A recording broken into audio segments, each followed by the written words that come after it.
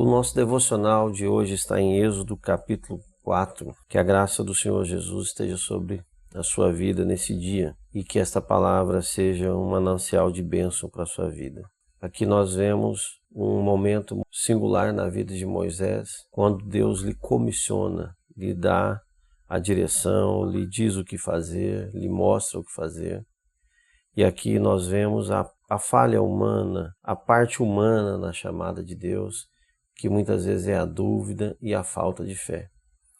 O texto do versículo 1 diz que Moisés responde ao Senhor dizendo: mas eis que não me crerão, não ouvirão a minha voz, porque dirão: o Senhor não te apareceu. Há uma versão que diz que Moisés disse: mas suponhamos que não acreditem em mim, suponhamos que digam que o Senhor não apareceu.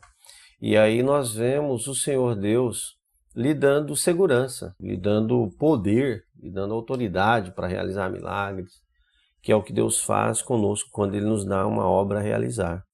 Ele nos dá poder, Ele nos dá graça. O apóstolo Paulo fala para Timóteo que Deus não nos deu espírito de temor. Em 2 Timóteo, capítulo 1, versículo 7, Paulo diz para Timóteo: Deus não nos deu espírito de temor, de medo. Esse temor aqui é covardia, é medo. Mas Ele nos deu um espírito de poder, de amor e de moderação.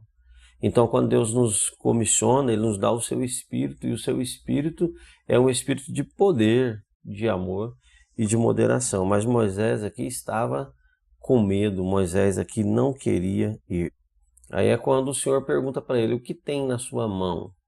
E ele diz: uma vara, apenas uma vara. E aí o Senhor Deus começa a realizar milagres com aquela vara, começa a fazer milagre na sua mão, né? Na sua mão, coloca a mão no seio. E depois vem o episódio das águas do Nilo, Deus mostrando para ele que ia realizar a obra com aquilo que ele tinha na mão. Deus, ele não vai fazer coisas extraordinárias na nossa vida com aquilo que nós não temos na nossa mão. Deus, ele não usou de Moisés nada que estivesse além do seu alcance. Deus mostrou para ele: olha, você tem na mão já uma vara, então é essa vara que eu vou usar. Assim como Davi, Deus usou Davi com a sua funda. Assim como Deus usou Sansão ali com as coisas que ele tinha a seu dispor ali, uma queixada de jumento. No caso ali de João capítulo 6, Deus usou 5 pães e 2 peixinhos. Então o que você tem na sua mão? O profeta lá de 2 Reis capítulo 4, ele fala para a mulher, dizendo assim: o que é que você tem em casa? Ah, tua serva não tem nada, a não ser um pouquinho de azeite. Então o Senhor vai usar aquilo que você tem na sua mão para fazer a sua obra, mas nós precisamos confiar nele. E aqui Moisés estava colocando muitas perguntas, muitas dúvidas diante da palavra do Senhor. Depois que o Senhor Deus lhe dá toda essa demonstração de poder, para mostrar que o povo ia crer, que quem não estava crendo agora era Moisés, mas Deus estava lhe dando uma segurança de que o povo ia crer. Tanto é que creu, você vai ver no final do capítulo. Mas ele agora começa a dar uma outra desculpa. Ele diz o seguinte, começa a falar, tentar argumentar com o Senhor. Ele dá uma desculpa: não posso falar, sou pesado de língua ou sou de fala lenta. Só que Atos 7:22, ali Estevão fala que Moisés foi instruído em toda a sabedoria dos egípcios e foi poderoso em palavras e obras. Olha só o que diz lá Atos 7:22. Foi poderoso em palavras e obras. Só que agora ele está dizendo para o Senhor que ele não tinha condição de falar, que ele tinha uma língua pesada, dificuldade com a língua estrangeira também pode ser nesse sentido aqui, mas não. O texto lá diz que ele foi instruído em toda a sabedoria dos egípcios. Então a desculpa de Moisés não serviu. É o mesmo fato lá de Mateus, quando o Senhor fala dos talentos, que aquele último diz: olha, eu sabia que o Senhor era um homem sisudo, o Senhor era um homem poderoso, o Senhor era um homem que colhe onde não plantou, e dá um monte de desculpa. Então, às vezes, diante do Senhor, diante da sua comissão, diante daquilo que Deus nos dá para fazer, nós queremos dar muitas desculpas, mas isso não convence nem a nós, quanto mais o Senhor nosso Deus. Foi nesse momento que o Senhor Deus disse para ele: mas quem fez a boca do homem? Quer dizer, se você está achando que é pesado de língua, eu fiz a boca do homem, eu posso resolver esse problema, né? Quem fez a boca do mudo, do surdo? Inclusive, teve um fato de uma irmã que tinha um filho especial e que ela não concordava, não conformava com aquilo, mas quando ela leu esse versículo aqui, do Senhor Deus dizendo: Ele que fez a boca do mudo, Ele que fez o surdo, Ele que fez o cego, e aí ela se entregou ao Senhor e ela entendeu que Deus é soberano até nessas questões. Mas aqui a gente vê que o Senhor estava respondendo para Moisés dizendo: olha, essas desculpas não justificam. Na verdade, era uma falta de vontade, de disposição de Moisés de fazer a obra do Senhor. E aí você percebe aqui no 13 que ele vai dizer o seguinte: ó meu Senhor, por favor, envia pela mão de quem mais você enviar ou o Senhor enviar. Quer dizer, Senhor, numa linguagem nossa, Senhor, não tem como o Senhor enviar outra pessoa? E às vezes nós fazemos isso também. E o texto aqui diz que a ira do Senhor se acendeu contra Moisés.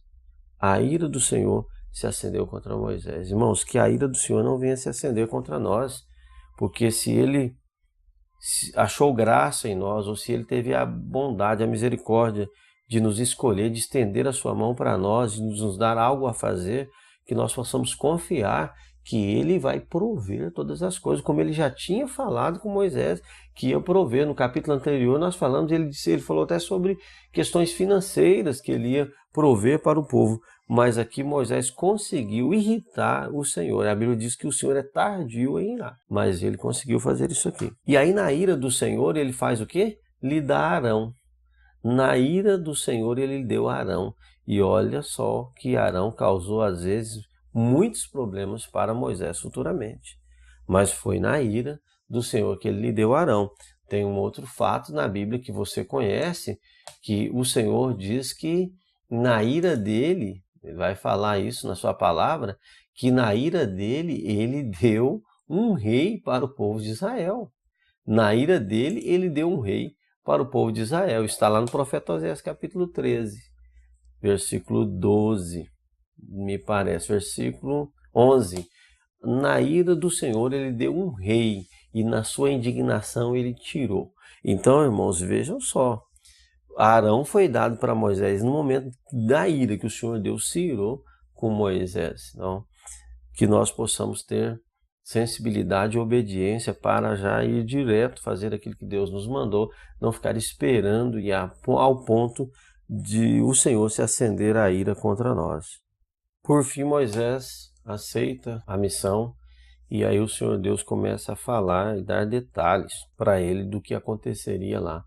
Irmãos, Deus nunca vai nos deixar enganados na obra. Deus sempre vai nos mostrar, Deus sempre vai abrir os nossos olhos e nos dar a direção naquilo que vamos fazer. Mas isso aí será no conta-gotas. Primeiro ele fala, primeiro ele dá um sinal, como aconteceu na sarça. Se você se aproxima, ele fala.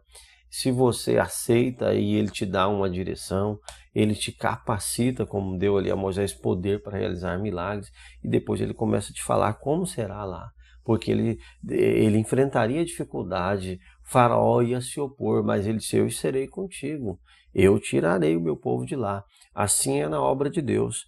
Haverá levantes, haverá dificuldades, mas Deus não nos deixou enganado, ele mostrou para nós, sabendo que no mundo teríamos aflições, o trabalho não seria fácil. Mas quando nós estamos realizando a obra de Deus, o melhor para nós é fazer fielmente, realizar a obra do Senhor com fidelidade, porque Ele nos garante a vitória. Louvado seja o seu santo nome. A partir do versículo 24 aqui temos um fato misterioso, que é quando no acampamento o Senhor encontra Moisés e procura matá-lo. O fato é que Moisés não tinha circuncidado ainda o seu filho. E Zípora, sua mulher, pega agora uma pedra afiada e corta o prepúcio do menino, que é a circuncisão, e lança aos pés de Moisés e o chama de marido sanguinário. Alguns estudiosos acreditam que Moisés não havia circuncidado seu filho por oposição da esposa, que não era hebreia, que não era dos filhos de Israel, e talvez não entendesse o propósito de Deus na circuncisão. E quando Deus acomete Moisés de alguma enfermidade, de algum problema ali que ele certamente ficou imobilizado, e ela sabia que era por causa da circuncisão, ela mesma fez a circuncisão e jogou ali nos pés dele e disse: você me é um marido sanguinário. Isso é uma interpretação de estudiosos. O texto é só o que a gente tem aqui mesmo, mas dá para concordar com esse pensamento. Agora, o certo é que Deus, antes de nós realizarmos a sua obra, algumas coisas que falta resolver, Ele vai cobrar de nós. Tá? Isso é bom a gente saber. Antes de fazermos uma grande obra para Deus, alguma pendênciazinha, por menor que seja, Deus vai querer que a gente tira toda nuvem, toda nuvem que possa atrapalhar o nosso contato com o céu. O Senhor Deus vai querer que a gente tira tudo para que o acesso fique livre. E isso aconteceu aqui na vida de Moisés. Veja se você não tem algo que precisa ser tirado, precisa ser mudado antes de realizar uma grande obra para o Senhor nosso Deus. E finalmente Moisés apresenta-se ao povo e a Bíblia diz que o povo creu, o povo se alegrou, o povo creu, porque aqueles sinais era para que o povo de Israel cresce, mas aqueles mesmos sinais seriam feitos diante de Faraó e Faraó não ia crer. Então depende muito de como está o seu coração. O coração de Faraó estava endurecido, era um coração duro, mau, como diz Hebreus capítulo 3, que não haja em nenhum de nós um coração mau e infiel que possa nos afastar do Deus vivo. Então, Faraó se afastou de Deus com seu coração endurecido e depois o Senhor Deus cada vez mais o endureceu. Porque não depende do Senhor apenas, mas depende de como é o teu coração, de que material é o seu coração. Se o seu coração é de barro, o sol vai endurecê-lo. Mas se o seu coração é de cera, o mesmo sol vai fazê-lo derreter. Que o nosso coração seja um coração como o de Davi, segundo o coração de Deus, e não como o de Faraó, um coração mau e infiel. Que Deus abençoe a sua vida, que Deus abençoe a sua família. Tenha uma boa leitura e uma boa meditação na palavra de Deus.